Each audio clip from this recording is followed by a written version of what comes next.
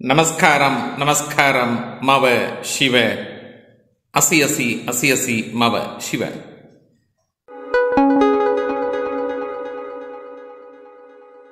வாழ்வில் முன்னேற்றம் அடைய உங்கள் கைராசியான டாக்டர் AS மகாஸ்ரீராஜன் அவரை ஒரு முறை சந்தியுங்கள். மேலும் விவரங்களுக்கு டிஸ்கிரிப்ஷனில் இருக்க லிங்கை கிளிக் செய்யவும்.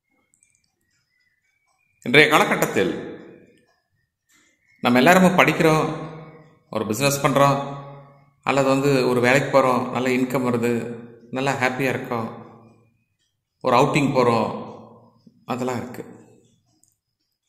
இருந்தாலும் நம்மளை அறியாமல் அந்தந்த நேரத்தில் ஒரு சில வியாதிகள், நோய்கள் தெரிந்தோ தெரியாமலோ நம்மளை தாக்குகின்றன. இந்த தாக்கப்படும் பொழுது எந்த கிரகத்தின் தாக்கத்தினால் இந்த வியாதியானது நமக்கு வந்திருக்கு அப்படிங்கிறத நம்ம தெரிஞ்சிட்டா அதற்கு தகுந்த மாதிரி சில பூஜை புனஸ்காரங்கள், சில பரிகாரங்களை செஞ்சு அதிலிருந்து வெளியே வரத்துக்கு வாய்ப்புகள் உண்டு. ஒரு சாரர் சொல்லுவார்கள், எல்லாம் இறைவன் விட்ட வழி அப்படின்னு சொல்லிட்டு நடக்கிறது நடக்கட்டும் அப்படின்னு சொல்லி போற போக்கில் விட்டுருவார்கள்.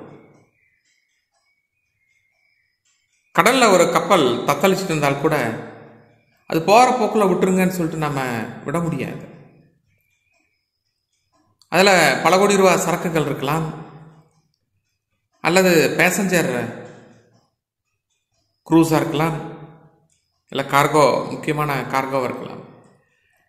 அது தத்தளிக்கிறத ஒரு ஆங்கர் போட்டு நிறுத்தி அதில் பொருளை மாற்றுறது, இல்லை அது சரியான பாதையில் செலுத்துறது அப்படிங்கிறது நம்மளுடைய புத்திசாலித்தனம். அதுபோன்று வாஸ்து, நியூமராலஜி, புரோனாலஜி, ஜெம்மாலஜி மற்றும் உலகிலேயே முதலாக புதிய கண்டுபிடிப்பான நியூமராலஜியில் விரைவில் வெற்றி தரும் புரோனோடைபாலஜி என்ற புதிய ஃபார்முலாவை அறிமுகப்படுத்தியவர் empire of numerologist, world famous engineer AS Mahasrirajan. ஒரு சூரியன் ஒருவருக்கு கெட்டிருந்தால் எது போன்ற வியாதிகள் ஏற்படலாம்? சூரியன் கெட்டு போயிருந்தால் இந்த உஷ்ண ஜுரம் ஏற்படும், பித்தத்தினால் ஜுரம் ஏற்படும், பித்த சம்பந்தமான நோய்கள் ஏற்படலாம், காய்ச்சல் அடிக்கடி வரலாம்.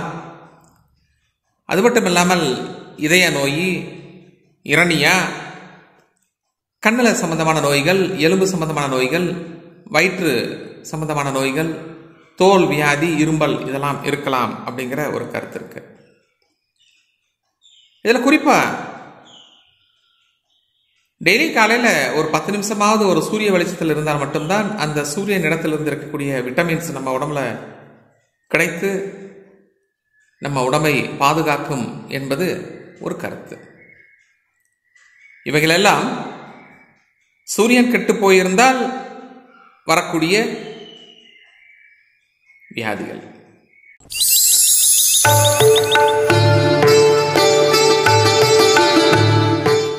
ஸ்வரம், அபஸ்வரம். ஒரு சில எழுத்துக்கள் மாறுறதால அர்த்தம் எவ்வளோ மாறுது பார்த்தீங்களா? நம்ம பேர்ல சின்ன சின்ன மாற்றங்கள் செய்யறது மூலமா நம்ம வாழ்க்கையோட தரத்தையே உயர்த்தலாம்.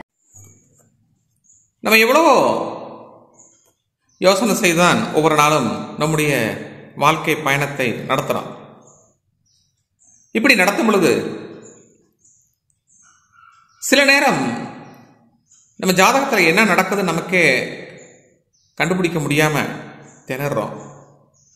அதை பாண்டித்யம் பெற்ற அந்த நபரிடம் கொடுத்து, என்னோட ஜாதகம் என்ன சாமி சொல்லுது பாருங்க அப்படிங்கும் போது, அப்போ அவர் சொல்றாரு, இல்லைங்க உங்களுக்கு சுக்கிரன் நீச்சமாயிட்டாரு, கெட்டுட்டாரு, பார்வை இல்லாமல் இருக்காரு, அப்படி இருக்காரு, இப்படி இருக்காரு என்று சில கருத்துக்கள் ஆய்வு செய்து எடுத்து கூறுவார். அப்ப சுக்கிரன் கெட்டிருந்தால், வெதர் ஒரு ஆணாக இருந்தாலும் சரி, பெண்ணாக இருந்தாலும் சரி, முதியவர்களாக இருந்தாலும் சரி, இல்லை மூப்பு அடைந்தவர்களாலும் சரி, இளைஞர்களாக இருந்தாலும் சரி, இந்த கிட்னி சம்பந்தமான நோய்கள் வருவதற்கு வாய்ப்புண்டு. நீரிழிவு நோய், குறிப்பாக இந்த சுக்கிரன் கெட்டிருந்தால் ஆண் பெண் மர்ம உறுப்பில் குறியில் நோய் ஏற்பட வாய்ப்புண்டு.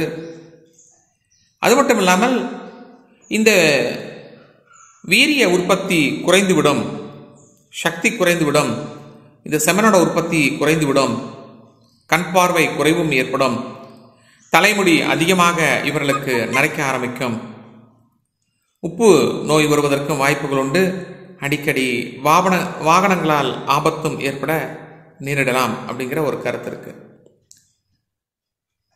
அப்ப அதுக்கு தகுந்த மாதிரி சுக்கிரன் வாசஸ்தலங்களுக்கு சென்று வந்தால் சற்று இந்த தொந்தரவுகளிலிருந்து வெளியில நம்ம வரலாம் முடியும்.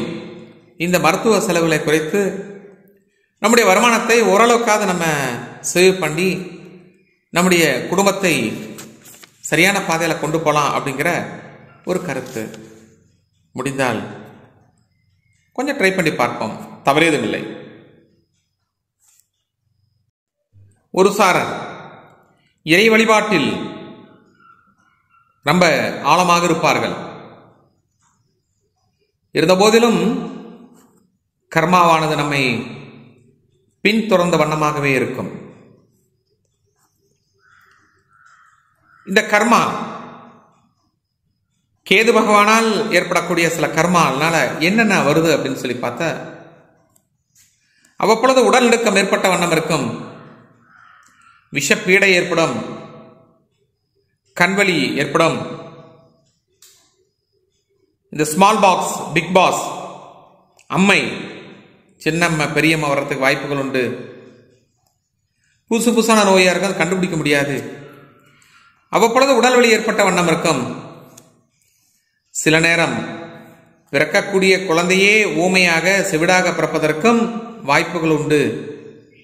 பாருங்க, அவ்வப்பொழுது அஜீரண கோளாறு, வயிற்று வலி, காசநோய் இதெல்லாம் ஏற்படுறதுக்கு இந்த கேதுவோட தாக்கம், கேது பகவான் கெட்டு இருந்தால் இந்த தாக்கம்லாம் இருக்கும். ஊமையாக குழந்தைகள் பிறப்பதற்கு வாய்ப்புண்டு, செவிட்டு குழந்தைகளாக பிறப்பதற்கும் வாய்ப்புகள் உண்டு. யாருனால? இந்த கேதுவால. இந்த கேதுவால தாக்கம் வரக்கூடாது. புதுமண தம்பதியர்கள் தனக்கு பிறக்கக்கூடிய குழந்தை கேதுவின் தாக்கத்திலிருந்து வெளியிலே வர வேண்டும் என்றால் இவர்கள் இந்த பிரெக்னன்சி டைம்லேயே ஒவ்வொரு மாதத்திற்குண்டான ஒரு சில கடவுள் வழிபாடுகள் இருக்கின்றது. குறிப்பாக விநாயகர் வழிபாடு இவர்களுக்கு மிக மிக அவசியம். இவரை வணங்கும் பொழுது இந்த கேதுவின் தாக்கத்திலிருந்து வெளியில் வரலாம் அப்படிங்கிறது ஒரு கருத்து நிலவி வருகிறது. ஆகவே முடிஞ்ச வரைக்கும் வருமுன் காப்போம். ப்ராப்ளம் வந்த வேட்டி நம்ம டாக்டர்கிட்ட போய் சரி பண்ணுறோம், அது வேற. பட் அந்த ப்ராப்ளமே இல்லாத அளவுக்கு நம்ம சரி பண்ணுறது ரொம்ப ரொம்ப நல்லது அப்படிங்கிற ஒரு கருத்து. முடிஞ்சால் நாம் அதை பயன்படுத்தி இந்த பிரச்சனையிலிருந்து வெளியில் வரலாம். அன்புடன் டாக்டர் ஏஎஸ் மகாஸ்ராஜன், மவ சிவ. ஒருவருடைய ஜாதகத்தில் புதன் நீச்சமாயிருந்தாலோ கெட்டு போயிருந்தாலோ அவர்களுக்கு இந்த கழுத்து சம்பந்தமான வியாதி ஏற்பட வாய்ப்புண்டு. அவ்வப்பொழுது நரம்பு தளர்ச்சி ஏற்படும், நரம்பில் கோளாறுகள் ஏற்படும். இந்த பாண்டு ரோகம் என்று சொல்வார்கள், அது விஷநோய்கள். அங்கங்கே பார்த்தீங்கன்னா இந்த பிளவை காலில் பார்த்தீங்கன்னா தோல்லாம் அப்படியே ரெண்டரை வெடிச்ச மாதிரி இருக்கும். பித்தம், ஸ்லேத்தமம், இந்த வாதம் ஏற்படுறதுக்கு வாய்ப்புண்டு. வாதசுரம், சளி, அவ்வப்பொழுது இரும்பல். குறிப்பாக சொல்லப்போனால் புதன் கெட்டு போயிருந்தால் வெண்குஷ்டம் ஏற்படுவதற்கு கூட வாய்ப்புகள் உண்டு அப்படிங்கிறது நம்முடைய சாஸ்திரங்கள் கூறுகிறது. அப்போ அதற்கு தகுந்தாற் போன்று நாம் நம்முடைய ஜாதகத்தை பார்த்து இதில் என்ன வீக்காக இருக்குது, எத்தனை வருஷத்துக்கு வீக்காக இருக்குது, எத்தனை மாதத்துக்கு வீக்காக இருக்குது, எத்தனை நாளுக்கு வீக்காக இருக்குன்னு பார்த்து அதற்கு தகுந்த மாதிரி கோவில்கள், அதற்கு தகுந்தாற் போன்று உணவு பழக்க வழக்கங்களை நாம் மேற்கொள்ளும் பொழுது இது போன்ற வியாதிகளிலிருந்து நம்ம வெளியில் வரலாம் அப்படின்னு கருத்து இருக்கு. அது மட்டும் இல்லாமல் இந்த வாஸ்து முறைப்படி வீடுகள் சரியில்லாமல், புதன் பாகத்தில் இல்லாமல், புதன் பாகத்தில் பாதி வாயிலும் செவ்வாய் பாகத்தில் பாதி வாயிலும் அமையப்பட்டிருந்தால் கூட இது போன்ற உடல் உபாதைகள் ஏற்படுவதற்கு வாய்ப்புகள் உண்டு. இது சரியான கோணத்தில் நம்ம ஆராய்ந்து அதற்குண்டான நபர்களிடம் நம்ம ஒரு அட்வைஸ் கேட்டு நம்மளை சரி செஞ்சுக்கிட்டா அந்த ப்ராப்ளத்திலிருந்து வெளியில் வரலாம் அப்படிங்கிற ஒரு கருத்து நிலவி வருகிறது. முடிந்தால் நாமும் அதை செய்து பார்ப்போம்.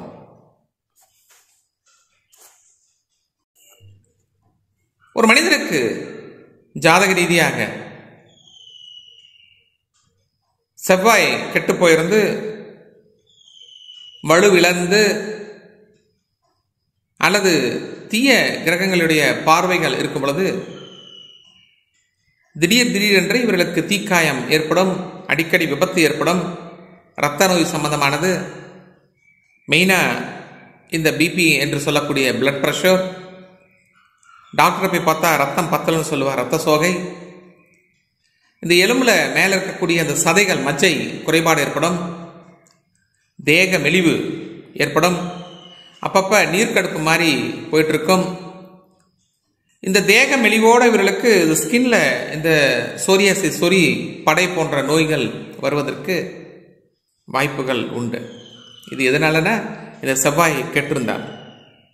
இப்படி இது போன்ற நிகழ்வுகள் நடந்து கொண்டே தொடர்ச்சியாக நடந்து கொண்டே இருந்தால் இவர்கள் கடலில் கடற்ஸ்நானம் செய்யப்பட வேண்டும். உடல் முழுவதும் அந்த கடல் நீரானது பட வேண்டும். குறைந்தது இவர்கள் 24 நிமிடம், ஒரு நாளிகை முழுவதும் கடலில் நீராடப்பட வேண்டும். நீராடும் பொழுது அவர் நீராடக்கூடிய திசையில் சூளம் இல்லாதமாறு பார்த்து கொண்டு எல்லாம் வல்ல இறைவனான முருகனை வழிபடும் போது இவர்களுக்கு இது போன்ற உடல் உபாதைகள் ஏற்படுவது சற்று குறையும் என்பது இயற்கையாக பார்த்த உண்மை. ஒரு மனிதனுக்கு சந்திரன் கெட்டு போயிருந்தால் இது போன்ற வியாதிகள் வரலாம் என்பதை பற்றி ஒரு கருத்து. இந்த சந்திரன் கெட்டு போயிருந்தால் இவர்களுக்கு டைபாய்டு சம்பந்தமானது, குளிர் ஜுரம் சம்பந்தமானது, காக்கா வலிப்பு சம்பந்தமானது, மண்ணீரல் வீக்கம் ஏற்படலாம். இந்த இடுப்பு சம்பந்தமான நோய்கள், கபம், அதிக தூக்கமும் இவர்களுக்கு ஏற்பட வாய்ப்பு உண்டு. பசியே இருக்காது இவர்களுக்கு. காரணம், இந்த சந்திரன் கெட்டிருந்தால் அடிக்கடி ஜலதோஷம் ஏற்படும். கொஞ்சோண்டு மோரை குடிச்சா கூட தும்பிக் கொண்டிருப்பார்கள். வாதம் ஏற்படுறதுக்கு வாய்ப்பு உண்டு. சீதளம் வரலாம். இரத்த சம்பந்தமான நோய்களும் இவர்களுக்கு ஏற்படும். யாரு? ஒரு மனிதனுக்கு சந்திரன் கெட்டிருந்தார். இதை நம்ம தெரிஞ்சிட்டா அதற்கு தகுந்தாற் போன்று சில கோவில்களுக்கு சென்று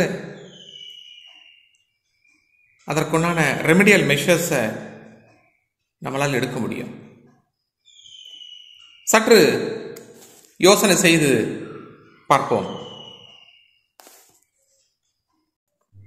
ஒரு மனிதனுக்கு குரு பகவானால் எந்தவித பலன்களும் இல்லை. குரு பகவான் கெட்டு போயிருக்காரு, குரு பகவான் ராகுவோட சேர்ந்திருக்காரு, குரு பகவான் சனி பகவானோட சேர்ந்திருக்கார், குரு பகவான் கேதுவோட சேர்ந்திருக்கார். இது போன்ற சில தேவையற்ற கிரகங்களோட சேர்ந்திருக்கும் போது சில வியாதிகள் வருவதற்கு ஒரு சாரருக்கு வாய்ப்புகள் உண்டு. இந்த குரு கெட்டு போயிருந்தாவே கொழுப்பு சம்பந்தமான நோய்கள், இந்த காதில் அப்பப்ப சில வியாதிகள் வரும், சர்க்கரை வியாதி, கேன்சர், இந்த புற்றுநோய் என்று சொல்வார்கள். அது உடல் ரொம்ப அப்படியே பல்கியாக இருக்கும், உடல் பெருத்துரும், நீர் சம்பந்தமான நோய்கள் இருக்கும்.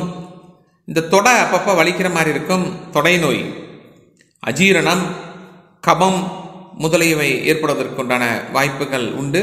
யாரென்றால் இந்த குரு கெட்டு போயிருந்தார். ஸோ இதற்கு காலை எழுந்தவுடன் அவரவருக்கு தெரிந்த குருமார்களை, ஸோ எல்லாருமே மேக்சிமம் படித்தவர்கள், அவருக்கு ஒரு சில குருமார்கள் இருப்பார்கள். நான் இவரை குருவா நினைச்சுக்கிறேன் அப்படின்னு சொல்லிட்டு அந்த குருமார்களை நினைத்து ஒரு 2 நிமிடம் அதற்குண்டான ஒரு ப்ரேயரை போட்டு காலையில் நம்முடைய வேலையை துவங்கப்பட்டால் இந்த நோய்கள் குறைவதற்குண்டான வாய்ப்புகள் கண்டிப்பாக உண்டு. நாமும் சற்று ட்ரை பண்ணி பார்ப்போம், தவறேதுமில்லை. ஒரு சாரர் சொல்லுவார்கள், சார் நல்லா தான் போயிட்டு இருந்தது, ஹெல்த்தும் நல்லா தான் இருந்தது, உடம்பும் நல்லா தான் இருந்தது, பிஸ்னஸும் நல்லா இருந்தது, ஆனால் என்னன்னு தெரியல இப்போ கொஞ்ச நாளாக எனக்கு ரொம்ப ஹெல்த்தில் ப்ராப்ளம் வந்துட்டே இருக்கு சார் அப்படிம்பார்கள். குறிப்பாக சனி பகவான் கெட்டு போயிருந்தாலோ அல்லது சனி பகவான் சரியில்லாத இடங்களில் அமைந்திருந்தாலோ இந்த கால் அப்படி வீங்கும், யானைக்கால் வியாதி அல்லது நடக்கவே முடியாது, கால் சம்பந்தப்பட்ட வியாதிகள், உடல் ஊனம், அப்பப்போ சோம்பல் ஏற்படும், பேசும்பொழுது கொட்டாய் வந்துக்கிட்டே இருக்கும், திடீர்னு மயக்கம் வரும், வயிற்று வலி, அதுக்கப்புறம் வலிப்பு நோய்கள், வாத நோய், அதுக்கப்புறம் உள்சூடு, வாயு கோளாறு, சளி, வயிற்று வலி, குளிர்காய்ச்சல், இதெல்லாம் இந்த சனி பகவான் கெட்டு இருந்தால் நம்மை தாக்கும். அப்ப இது போன்ற சனி பகவான் கெட்டிருக்கக்கூடிய காலகட்டத்தில் தினந்தோறும் 1 ஸ்பூன் எள்ளு நம்ம ஒரு 11 மணி வாக்கில், அதே மாதிரி சாயங்காலம் ஒரு 4:30 மணி வாக்கில் 1 ஸ்பூன் எள்ளு எடுத்து நல்லா மென்று சாப்பிட்டுட்டு கொஞ்சம் தண்ணியை குடிக்கப்பட்டால் இந்த வியாதிகள் சற்று குறைவதற்கு வாய்ப்புகள் உண்டு. சனிக்கிழமை தோறும் ஆஞ்சநேயர் வழிபாடு இவர்களுக்கு அவசியம். 3 மாதத்திற்கு ஒரு முறையோ அல்லது 8 மாதத்திற்கு ஒரு முறையோ இவர்கள் சனி பகவான் ஸ்தலத்துக்கு போயிட்டு வர்றது ரொம்ப ரொம்ப உத்தமம். போனால் இந்த சனி பகவானால் ஏற்படக்கூடிய தொல்லைகள் கண்டிப்பாக குறையும் என்று ஒரு கருத்து நிலவி வருகிறது. நாமும் அதை பயன்படுத்தி பார்ப்போம், தவறேதுமில்லை. இயற்கையாகவே ஒரு ஜாதகத்தில் ராகு பகவான் கெட்டிருந்தால் என்ன நடக்கும் அப்படிங்கிற ஒரு ஆய்வு. ஒரு 10 வருஷமா நல்லா தான் சார் போயிட்டு இருந்தது, எந்த விதமான ப்ராப்ளம்லாம், ஹெல்த் நல்லா இருந்தது, அப்படி இருந்து இப்படி இருந்தது, இந்த வெளிநாட்டில் இருக்கும்போது எந்த விதமான ப்ராப்ளங்கள் இல்லை, பிறந்த இடத்துக்கு வந்தேன் பிரச்சனை ஸ்டார்ட் ஆயிடுச்சு சார், என்னன்னு தெரியல. மெயினா அந்த ராகு கெட்டிருந்தா மூச்சு கோளாறு ஏற்படும், திடீர்னு அப்படிம்பாங்க, பேச்சில் ஒரு கோளாறு ஏற்படும், இதயம் படபடபடபட நடிக்கும், இதய நோய், கல்லீரல் நோய், எலும்புருக்கி நோய், புத்தி கோளாறு, தெரியாம குக்கர் இருக்கும், திடீர்னு நினைக்கணும் கிட்டக்க போய் மூஞ்ச வச்சுட்டு அந்த விசில ஓபன் பண்ணிடுவாங்க, புத்தி கோளாறு. அடிக்கடி கெட்ட கனவுகள், எப்ப பாருங்க சளி தொந்தரவு இருக்கும், எப்பயுமே ஒரு கர்ச்சிப்பும் துண்டும் கையில வச்சுட்டே இருப்பார்கள். இதெல்லாம் யாருனால என்று பார்த்தால் ஒரு மனிதனுக்கு ஜாதகத்தில் ராகு கெட்டு இருந்தால் இது போன்ற நிகழ்வுகள் நடந்த வண்ணமாகவே இருக்கும் அப்படிங்கிறது ஒரு கருத்து. அப்ப அதற்கு தகுந்தாற் போன்று ஆக்ரோஷம் உள்ள அம்மன் வழிபாடுகள் அவசியம். எலுமிச்சம்பழ மாலை 11 அல்லது 13 எலுமிச்சம்பழ மாலை நம்ம அந்த ஆக்ரோஷம் உள்ள கடவுளுக்கு போடும் பொழுது இது போன்ற வியாதிகள் சற்று வெளியே வரலாம் அப்படிங்கிற ஒரு கருத்து நிலவி வருகிறது. நம்பிக்கை இருக்கும் பட்சத்தில் நாம் செய்து பார்த்து இது போன்ற தொந்தரவுலிருந்து வெளியில வரலாம், தவறியதும் இல்லை. ஒரு முறை செய்து பார்ப்போம். இந்த காலகட்டத்தில் பணம் இருக்கலாம், செல்வம் இருக்கலாம், எல்லாம் இருக்கலாம். ஆனால் நோய் நொடி இல்லாமல் நாம் வாழ கற்றுக்கிட்டோம் அப்படின்னா நாம தான் இந்த லோகத்தில் முதல் செல்வந்தர். ஆகவே எந்த நோய் எந்த காரணத்தினால் வந்திருக்குங்கிறத எனக்கு தெரிஞ்சு அதற்கு தகுந்தாற் போன்று சில கோவில்கள் தான தர்மங்கள் செய்து அந்த நோயிலிருந்து வெளியே வர வேண்டும்னு வேண்டி விரும்பி கேட்டுக்கொள்கிறோம். அன்புடன் டாக்டர் ஏஎஸ் மகாஸ்ராஜன், மவ சிவன்.